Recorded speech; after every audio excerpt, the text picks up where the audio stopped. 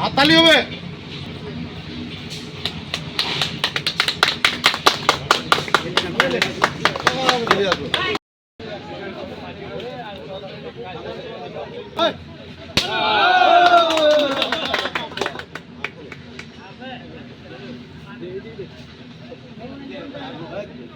জল ফেলতে হতো না।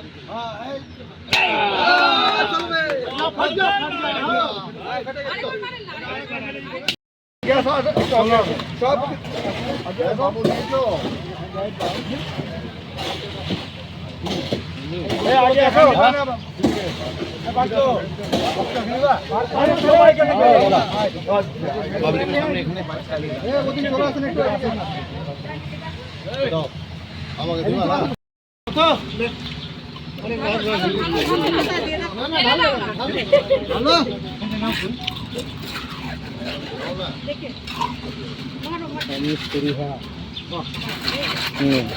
লাড্ডু দে সফল সবাইকে লাড্ডু দে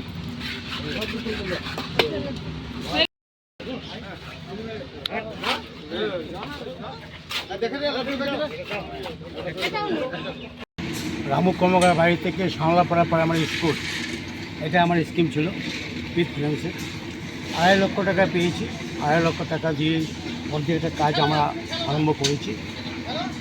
তো মানুষের চাহিদা ছিল, বহুদিন ধরে রাস্তা বাকি ছিল এই কর্মকার পাড়ার, অনেক অসুবিধা, জল জমে যায়, আসে তারা নিশ্চয়ই ওরা উপকৃত হয়েছে। আর বাকি যে টাকাটা আছে রাস্তাটাও কমপ্লিট করব, আরও 3 লাখ টাকা লাগবে, ও লাইট লাগবে, এগুলোকে আমাদেরই করতে হবে। আমাদেরকে পঞ্চায়েত করুক, গ্রাম পঞ্চায়েত করুক, পঞ্চায়েত সমিতি করুক বা জেলা পরিষদই করুক। আমরা যার ছত্রছায়ায় আছি উনি হচ্ছেন আমাদের বিধায়িকা সাবিত্রী মিত্র মহাশয়া। উনি আজকে মাল কলকাতা থেকে নেমেছেন। আজকে ওনার জন্য আমাদের কাজটা শিলান্যাস করলাম না, শুধু কাজটা শুরু করলাম।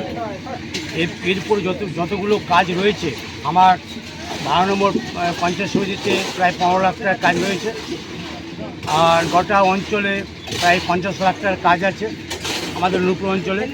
একই দিনে আমার নূরপুর অঞ্চল কাভারেজ করাবো আমাদের ম্যাডামকে দিয়ে, সাবিত্রী মিত্র মহাশয়কে দিয়ে। আর ওনার নেতৃত্বেই আমাদের সব কিছু হচ্ছে। উনি আমাদের কান্ডারি আছেন আর থাকবেনও, যতদিন আছেন ততদিন থাকবেন। আজকে আমরা নূরপুরের শ্যামলাল পাড়ায় রামু কর্মকারের বাড়ি হতে প্রাইমারি স্কুলের কাছ থেকে আমরা 2.5 লক্ষ টাকার ধারায় রাস্তা শুরু করালাম। আমাদের সবার প্রিয় বিধায়িকা সাবিত্রী মিত্র মহাশয়া আসবেন, আমাদের এই রাস্তাটা শিলান্যাস করবেন। আমরা আজকে শুরুটা করিয়ে দিলাম। আজ থেকে শুরু হলো। পঞ্চায়েত সমিতির উইথ ফিনান্স থেকে এই কাজটা করছি। এলাকাবাসী এই কাজে উপকৃত হবেন। আরও আগামী দিনে এরকম কাজগুলো আরও করবো আমরা।